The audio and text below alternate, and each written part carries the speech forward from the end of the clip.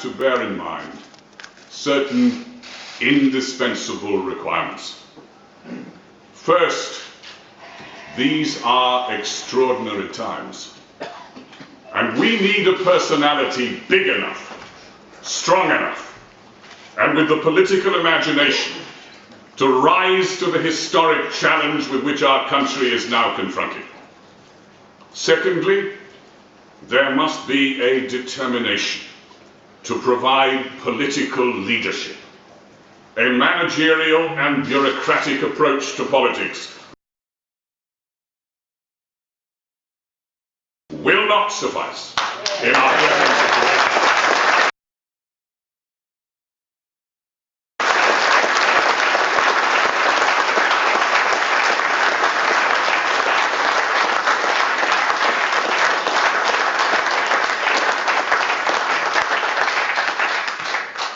And that must be accompanied by an unshakable conviction that full self-government outside the European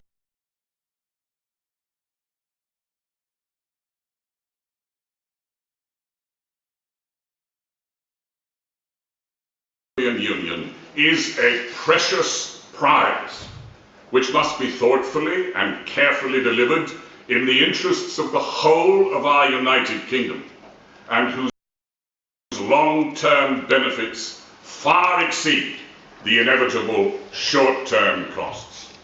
And third, Brexit can only be enacted successfully if strategic instinct is allied to a proven willingness to put together a brilliant team and to trust, delegate to, inform and involve ministerial and parliamentary colleagues at every stage. And finally, we need a leader who can unify the Conservative family and out-campaign and outfight Jeremy Corbyn and Nigel Farage at any time and in any corner of our country.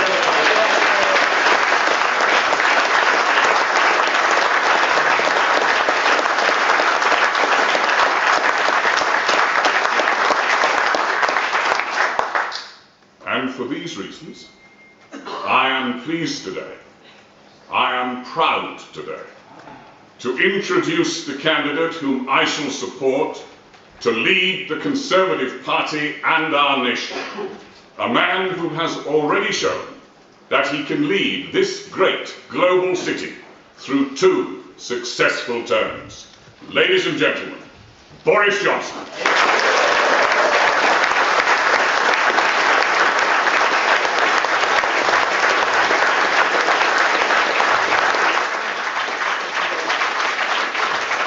Thank you very much. Good morning, everybody. Thank you. Thanks, everybody. Thank you. Morning. You sit down, everybody. Come on. Thank you, everybody. Thank you. Thank you, everybody. Good morning, everybody. Good morning. Can you hear me? Yes, sir. Good morning. Good morning. Well, thank you very much, everybody. Thank you, Geoffrey, for that introduction. Ladies and gentlemen, it's a measure of the resilience of this country that since the vote to leave the EU, and in defiance of all predictions, the economy has grown much faster than the rest of Europe. Unemployment has fallen to the lowest level since 1972, exports have soared, English football teams have won both the Champions League and the UEFA Cup by beating other English football teams, and inward investment has soared to a record £1.3 trillion. It's almost as if the commercial dynamism of the British people is insulating them from the crisis in our politics. And yet we cannot ignore the morass at Westminster, where parties have entered a yellow box junction, unable to move forward or back, while around the country there is a mood of disillusion, even despair at our ability to get things done. The longer it goes on, the worse the risk that there will be serious contamination and a real loss of confidence, because the people of this country deserve better from their leaders. They need courage and they need clarity, and they want a resolution. And that is our mission today. And that is why I'm standing before you, because now is the time to remember our duty to the people and the reasons for the Brexit vote. It wasn't just about democracy, though that was fundamental. It wasn't just about immigration, though people were entirely reasonable in wanting national controls. I remember that campaign vividly, and I think I understood some of the feelings of those who voted to leave. They wanted to be heard. They wanted to feel that they too could be part of the astonishing success of this country. They wanted to feel that their hopes and dreams were as important to the government as the desires and priorities of any metropolitan-style guru or tech king or the head of some FTSE 100 company. And so now is the time to unite this country and unite this society. And we cannot begin that task until we have delivered on the primary request of the people, the big thing that they asked us to do. After 3 years and 2 missed deadlines, we must leave the EU on October the 31st.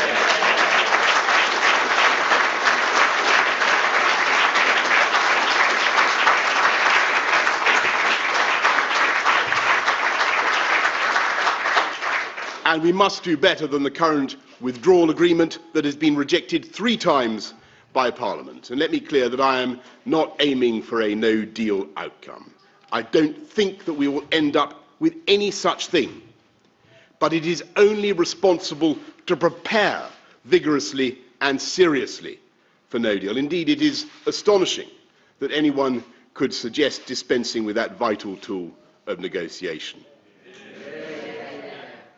I think this is a great country, and that we are more than capable of rising to the challenge. And it's only by preparing and raising awareness of what no deal might entail that we will ensure that we do not resort to that option. It's only if we have the guts and the courage to get ready for it that we will carry any conviction in Brussels and get the deal we need. Because they don't want no deal any more than I do. And we will simply not get a result if we give the impression that we want to go on kicking the can down the road with yet more delay. Delay means defeat. Delay means Corbyn. Kick the can again, and we kick the bucket. With every week and month that goes by in which we fail to deliver on our promise, I'm afraid we will further alienate not just our natural supporters, driving them into the arms of insurgent parties, but anyone who believes that politicians should deliver on their promises. The paradox is that we have not allayed the divisions in our society by failing to deliver the outcome which millions voted for. We've not eased the tensions with delay, we've made them worse, and we risk making them worse again. And so when we come up with that better deal, I think there will be a sense of overwhelming relief as Brexit finally leaves the front pages and becomes a debate about how to get the best possible free trade deal in Brussels. And then there will be the chance to concentrate on the Britain that we can create for everyone. It's an extraordinary fact that the United Kingdom is forecast in our lifetimes to go neck and neck with Germany as the largest and most prosperous economy in Europe, with a lead in so many of the cutting-edge industries: tech, academia, battery technology, turbine design, that is enabling us to be world leaders in clean power and environmental protection. And yet, if I may be permitted to use a metaphor based on the internal combustion engine, we are somehow achieving Grand Prix speeds, but without firing on all cylinders. We all know there is a huge gulf in the prosperity between London and the southeast, most productive region in the whole of Europe, and the rest of the UK. And so, if we are to respond to that profound message of the Brexit vote, if we are to unite our country and unite our society, then we must fight now for those who feel left behind.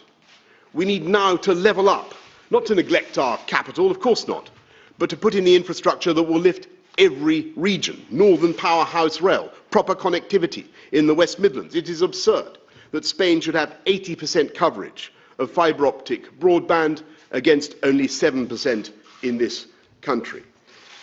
Madness that Leeds should be the largest city in Europe with no metro rail system. We must end the injustice of our education funding gap, both in primary and secondary schools, giving young people everywhere the same tools and the same freedom and the same confidence to succeed, and do more to fund our amazing FE colleges that have been too often forgotten. Because it should be our fundamental moral purpose as a government to bridge not just the wealth gap, not just the productivity gap, but the opportunity gap between one part of the UK and another. And I know we can do it. I know we can unite our country and our society, because I have seen and used exactly those tools to help to unite our capital, the greatest city on earth. When I became mayor 11 years ago, we had 4 of the 6 poorest boroughs in the UK. When I left office after 2 terms, we had none of the bottom 20.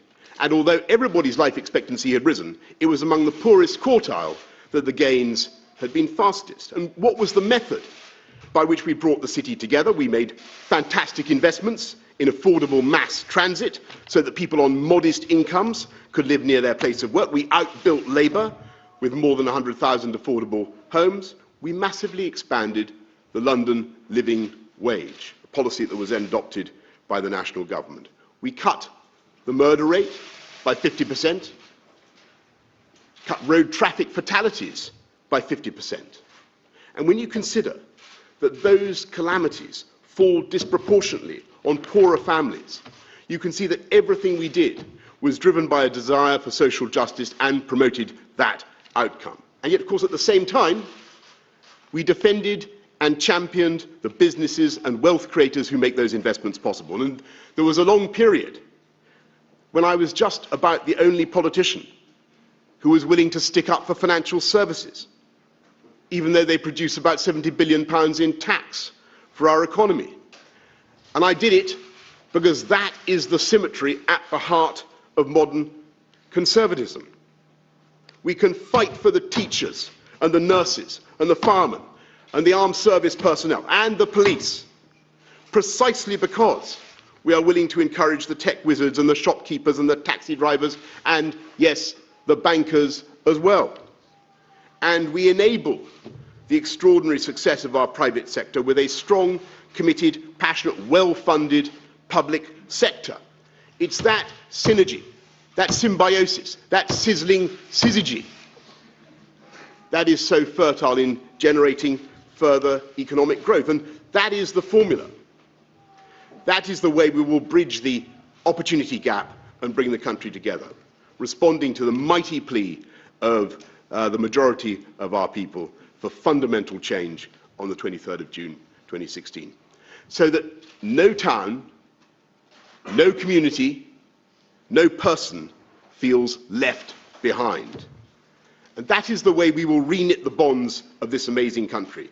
And in everything we do, we will seek to strengthen the union of our 4 nations, that invincible quartet, the awesome foursome that makes up the UK, the world's soft power superpower. And I've seen across the world, in our armed forces, in our diplomacy, our sheer cultural impact, how we are so much more than the sum of our parts. Our friends abroad don't think of England or Scotland or Wales or Northern Ireland. They think of all the values that are expressed by that union flag: economic and political freedom, democracy, free speech, human rights, a passionate determination to campaign for the protection of the natural world, female education. That's what they know the United Kingdom stands for, and they admire it deeply.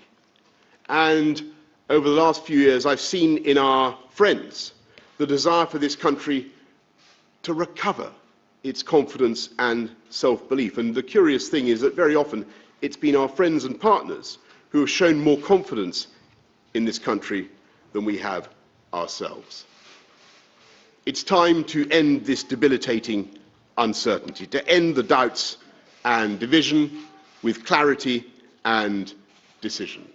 And that is why I believe I'm the right person to take this country forward. And I'm proud and humbled to have the support of so many of my parliamentary friends and colleagues here today, and indeed representatives of my former team in City Hall. And though I do not for 1 minute underestimate the complexity and challenges that lie ahead, I have long experience of managing real short-term difficulties in the confident expectation of long-term success. I took this city through riots and strikes and all the teething problems of the Olympics, which was actually no picnic, as I remember, and with a team of stars, we brought this city together with new infrastructure, with renewed and relentless emphasis on education and technology. We shrank that opportunity gap. And to sum up my mission in a sentence, what I want to do now, with your help, is to do for the whole country what we did in London, releasing the creative energies of our country and its peoples and healing its divisions. And I will make one final observation. I know the London Labour left. I have studied them and their ways. I know who they are. I know what kind of people. I know their obsessions with strange far-left Latin American caudillos with proto-Marxist views and a curious hostility to free speech. And yet in Jeremy Corbyn we have a man who is far to the left of Ken Livingstone in his nihilistic determination to hike taxes to penal rates, to attack wealth creation and private property, and in his failure again and again to extirpate anti-Semitism from his circle. And I'm afraid that what he stands for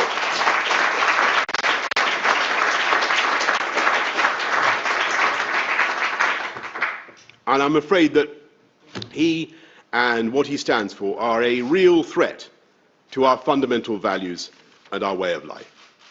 I come to this fight now as a proud Conservative who has campaigned, by the way, in just about every seat in the country. And I believe in the innate decency of our country, in its genius and in its hard-won freedoms.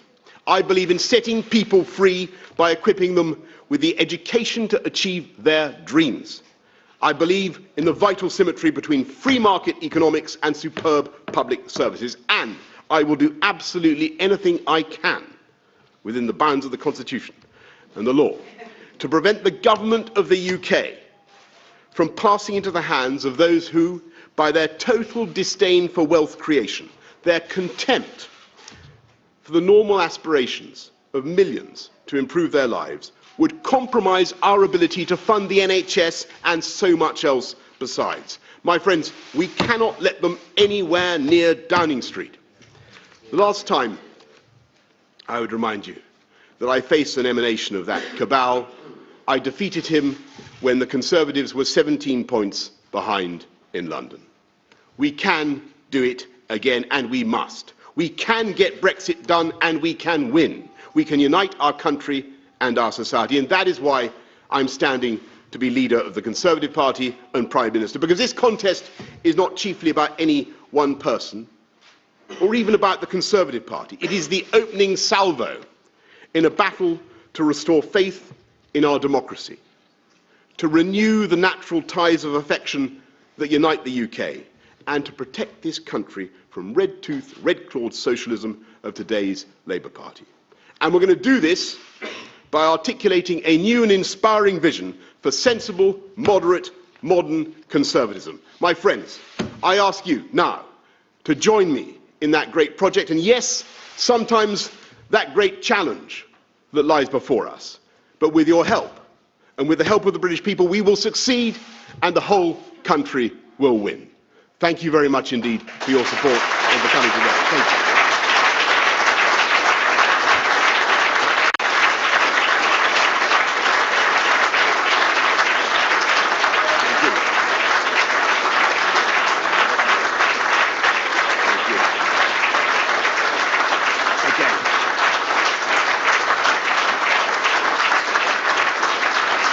Thank you, everybody.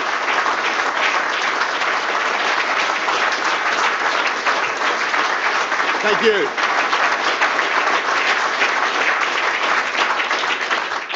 Thank you very much, everybody. I'm told we're going to have 6 questions from representatives of the media. Well, that's a huge number, and I'm going to go first of all to Laura Koonsberg of the BBC, and then I'm going to go to Beth Rigby. Laura. Thank you very much. Mr. Johnson, you suggested that Brexit would be a straightforward win-win, and actually it's been a chaotic mess. As Foreign Secretary, you offended people at home and abroad. You have a reputation for being cavalier with vital detail, and already in this campaign you're telling some supporters you'll do everything to avoid leaving the EU without a deal, and others that you gladly would do that. It's a simple question. If you want to be Prime Minister, can the country trust you?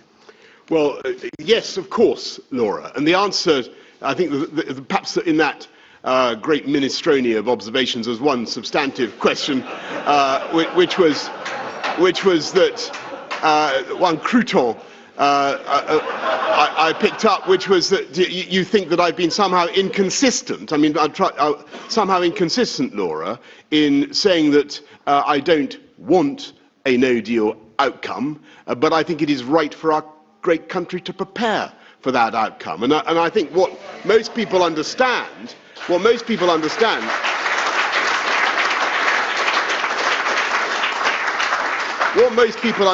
is that the best way to avoid a no-deal outcome, the best way to avoid a disorderly Brexit of any kind, is to make the preparations now that will enable us to leave in a managed way if we have to. But above all, if we make the preparations now, we will carry the conviction with our friends and partners that we are indeed able to make such an exit if we really have to, if we are dead, if we are moved, if we have to go down that route, which would be, of course, a last resort, not something that anybody desires as their first option. But if we have to go down that route, then the best way to avoid it is, of course, to prepare for it, and to be absolutely clear to our friends and partners that we're willing to do it. And that is the way that we will get a deal that I think will be sensible in the interests of both sides of the Channel. And I want to stress that we will, the team that I hope to build will hit the ground running, and we will engage in the friendliest possible way with our colleagues over the Channel, and I think they will rapidly come to see that they have a new government with a new mandate, a new earnestness, a new determination to get things done, a new optimism and a new confidence about what Britain can do. And I think they will respond to that. And I think there will be a symmetrical enthusiasm on the other side of the Channel about getting this thing done and moving forward. Because it isn't good either for the UK or for our friends and partners to continue with this kind of uncertainty. And so that is why I think it is important to be robust and to be determined and to be committed now to preparations for no deal. And I think that the British people, having been told for so many years that they're incapable, 3 years, that they're incapable of going down that route, will respond to that challenge. They will rise to it, and we will get there. Beth. Thank you, Mr. Johnson. Mr. Johnson, you brandish your Brexit credentials, but many of your colleagues worry about your character. Your Foreign Office... My parrot? Your character. Oh, sorry. Your character. Your former Foreign Office colleague, Alistair Burt, said your description of the PM's plan as a suicide vest wrapped around Britain was, quote, outrageous, inappropriate and hurtful. He said this language had to stop, but it doesn't stop. You brought shame on your party when you described veiled Muslim women as letterboxes and bank robbers. People who have worked closely with you do not think you're fit to be Prime Minister. Well, Beth, I'm delighted that many of my former colleagues seem to dissent from that view. But nonetheless, I want to make a general point. You've asked a fair question, Beth, and a good question. I want to make a general point about about the way I do things and the way and the language I use. Because of course, occasionally some plaster comes off the ceiling as a result of a phrase I may have used, or indeed as a result of the way that phrase has been wrenched out of context and interpreted by those who wish, for reasons of their own, to caricature my views. But I think it is vital that we as politicians remember that one of the reasons why the public feels alienated now from us all as a breed of politicians is because too often they feel we are muffling and veiling our language, if I might put it that way. Not speaking as we find, covering everything up in bureaucratic platitudes, when what they want to hear is what we genuinely think. And if sometimes in the course of trying to get across what I genuinely think, I use phrases and language that have caused offence, of course I'm sorry for the offence that I have caused, but I will continue to speak as directly as I can, because that is what I think the British public want to hear.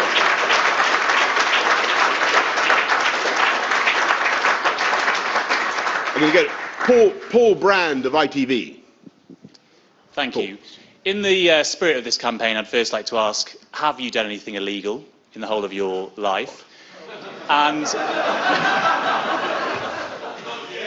secondly, regardless of the answer to that question, the problem that you do have in this contest, as much as you might refute it, is one of trust, is one of reliability. So may I ask you, do you regret any of the mistakes that you've made in your political and your personal life? And are you saying that you would change as Prime Minister? Well, have I ever done, excellent questions. Paul, have I ever done anything illegal? Look, I mean, I cannot swear that I've always observed a top speed limit in this country of 70 miles an hour. I would not want to be put on, catechise you closely on that. On your general question about, this is the key issue here. Do I do what I promise I'm going to do as a politician? Yes. That is the issue. That's the issue that you legitimately raise, Paul. And the answer to that is yes. You look at what we did in City Hall. We said we would do X. We ended up doing X plus 10. I mean, virtually every single. We said that we'd do 100,000 homes, and we did slightly more. Perhaps not a huge number more, but slightly more. I promised to stop knife crime, which was out of control, or to cut knife crime. And you remember what was happening 11 years ago or so when I was first, and I see veterans of that campaign, I'm proud to say, here in the front. It was terrible. We had kids losing their lives in our city at a rate of 28, 30 a year. Teenagers were being stabbed to death in London. We had to take some very tough decisions. And I'm absolutely delighted that two of my former deputy mayors who were intrinsically involved in that campaign, James Cleverly and Kit Malthouse, are both now on our team today. And they did an extraordinary job. They did an absolutely extraordinary job. Kit had to take some very, very difficult decisions about encouraging the police to go down Operation Blunt 2, which you remember involved taking about 11,000 knives off the streets of London, saving who knows how many lives of kids, avoiding heaven knows how much grief and misery for the families of those young people. And he did it, we did it, with stop and search. And I'm delighted to say that the government is now putting back the emphasis on stop and search in our towns and in our cities, because I believe there's frankly nothing kinder or more loving than that you can do. If you see a young kid coming down the streets who may be carrying a knife, than to ask him to turn out, or her, well, almost invariably him, to turn out his pockets and produce that knife. That is not discriminatory. That is a kind, compassionate, loving thing to do. And it worked. And it worked. And we ended up, as I said just now, we ended up cutting serious youth violence by, I think, 32%. Knife crime went down. The murder rate, as I said, went down 50%. And there was a long period in which we had the murder rate in London running at or under about 100 a year, which is an astonishing thing for a city of almost 9 million. Absolutely astonishing thing. And that was because of the work of the police. And I say one thing about the way I'm going to campaign and the way I hope to be Prime Minister. I believe that as a leader of great public services, it is your job not just to be the chief consumer, not just to hold them to account, but also to recognise that you are in some sense, their leader and their champion. And we should get behind our police, and we should support them. And by the way, we should fund them properly, because they do a fantastic job.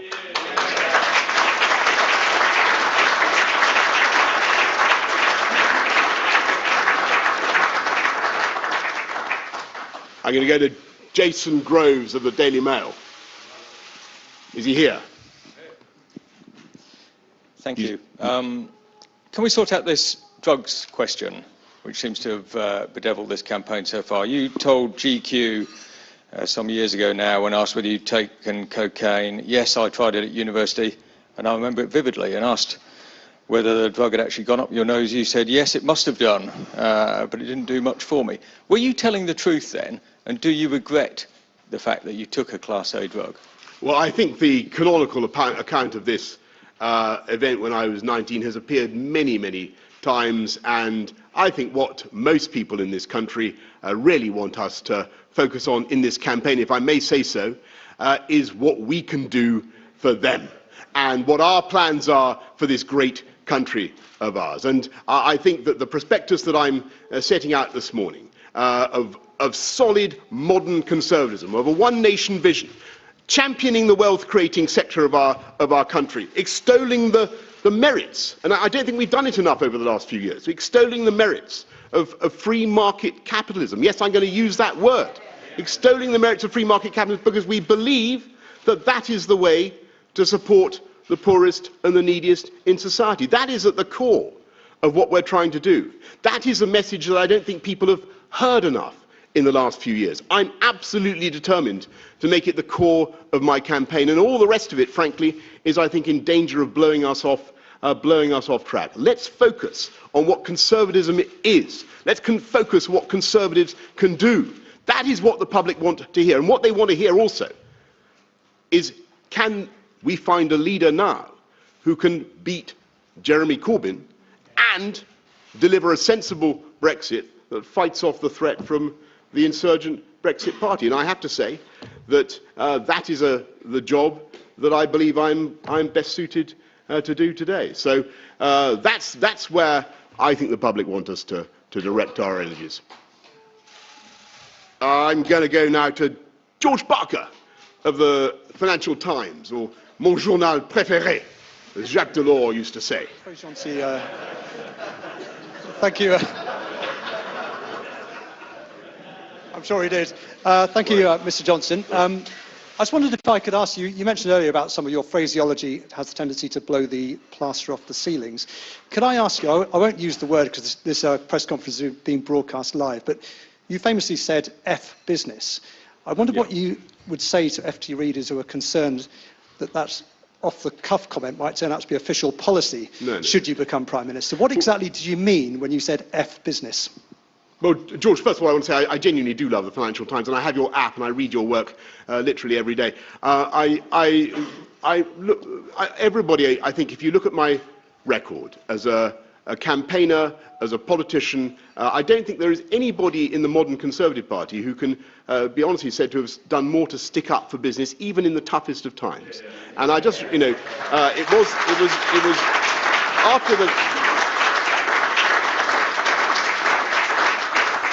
after the crash, I remember vividly there was an absolute feeding frenzy in 2008. There was a feeding frenzy on financial services in London. Everybody said that we should allow the bankers all to depart to Zurich and New York and Singapore and all the rest of it, and good riddance. And I thought that was a disastrous approach.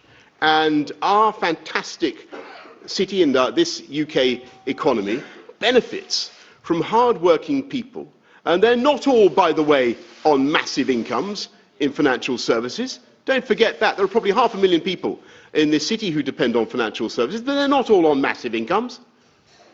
Financial services put bread on the table for people on modest incomes across London, across the UK. And I will stick up for them. I will stick up for every business in this country. And when I was Foreign Secretary, I might say, I spent much of my time trying to sell this or that. I'm glad to see my friend Michael Fallon there, because he and I will know what it's like flying around the world. One of the most important things you have to do as a government minister, and Pretty and Ian, others will know, you have to sell the UK abroad. And I can tell you that if I'm lucky enough to become our leader and Prime Minister, there will be no more enthusiastic, committed champion and salesperson, man, for the sake of accuracy, salesman of the UK. That is the mission. Last question goes to Heather Stewart of The Guardian.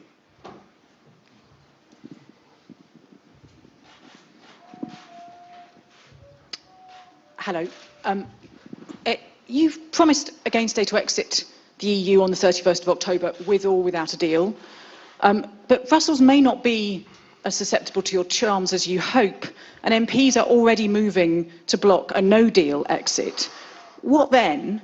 And will you commit now to resign if you fail to meet that 31st of October deadline? I understand. Of course I understand that colleagues in Parliament have very strong views, but our job is to engage with everybody and just to point out that the real existential threat that I now think faces both major parties if we fail to get this thing done. And I think that in the end, maturity and a sense of duty will prevail, and I think it will be very difficult in the end for colleagues in Parliament to obstruct the will of the people and simply to block Brexit. Because, you know, we asked the people, we put the question out to them, and in a sense it was absolutely right to do so, because the issue of membership of the European Union does go fundamentally to people's sense of what their future is, what their identity is, where they see themselves in the future. It was right to ask the British people. They returned a very clear answer by a substantial majority. Parliament voted overwhelmingly to trigger Article 50 and get this thing done. I think that if we now block it, as collectively as parliamentarians, we will reap the whirlwind, and we will face mortal retribution from the electorate. So I just say to our friends and colleagues, let's come together and get this thing done. And in Brussels, you know, they will have a government, as I say, that will be inspired with a new vigour, a new confidence, and new optimism about what we can do, but also total conviction about the way forward and how to get it done. And I think that we will get results. I'm not going to pretend to you now that everything will be plain sailing. There will be difficulties and there may be bumps in the road, but my team will hit the ground running. We will have a fantastic team, and we will work flat out between now and October the 31st, and I think we will get the result that the country needs. A sensible, orderly Brexit that allows this country to flourish as a great independent nation, but also that builds a new partnership with our friends across the Channel. If I think there's been one failing in our, there have been several, but there's been one failing I'd single out in the last 3 years, is we haven't made enough of that future partnership and the benefits that it will bring to both sides of the Channel. And there hasn't been enough about what we can do to promote a new sense of Europeanism and a new conservative sense of Europeanism. And we were the party that took the UK into what was then the common market. It then evolved in a way that was very, very much against what had been initially promised to the people, but we can still have a fantastic, intense, intimate relationship with our friends and partners overseas. Of course we can, and we should do that. And one of the tragedies of our 45 years, or however long it is now, of membership, is that some of the bilateral relations have actually not developed in the way that they could have done. And teaching of French, German in our schools has actually declined, paradoxically, rather than increased. Now's the time, not just to alter to come out of the European Union, but actually to intensify our trading relationships, our friendships, our partnerships with those European nations. And we can do that, and that should be the ambition of Conservatives as well. Anyway, folks, I'm going to thank you very much for your time. Thank you. Boris Johnson launching his leadership campaign there live in central London. Listening in, our assistant political editor, Norman Smith, and they've turned the lights out very sharpish there, Norman. What did you make of it, Norman?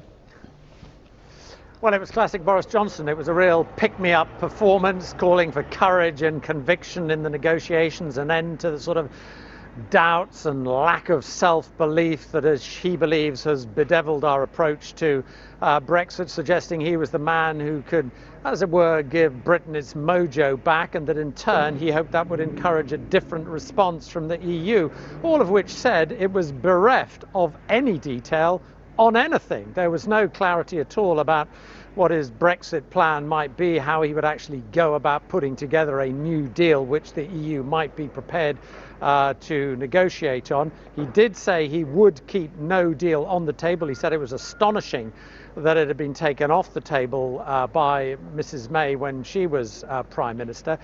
We did, of course, get the character question, very blunt character question, about remarks he had made, obviously, about Muslim women wearing the burqa and whether they were like post office boxes. Also his suggestion that the deal Mrs. May had done was wrapping a suicide vest around Britain, and he was challenged about those sort of remarks. He knew they were coming, and his answer was to say, well, look, that's plain speaking, and people like it when we don't sort of shield everything in carefully calibrated phrases. He told it as it is. He suggested sometimes his comments had been taken out of context. Seemed to me this was a man absolutely not apologizing for the way he does politics. Now, what is the impact of that? Actually, I suspect not much. I think many people will already have factored in his occasionally colourful forays and will think, okay, well, that's the way he does things. Other people will be profoundly offended by that. So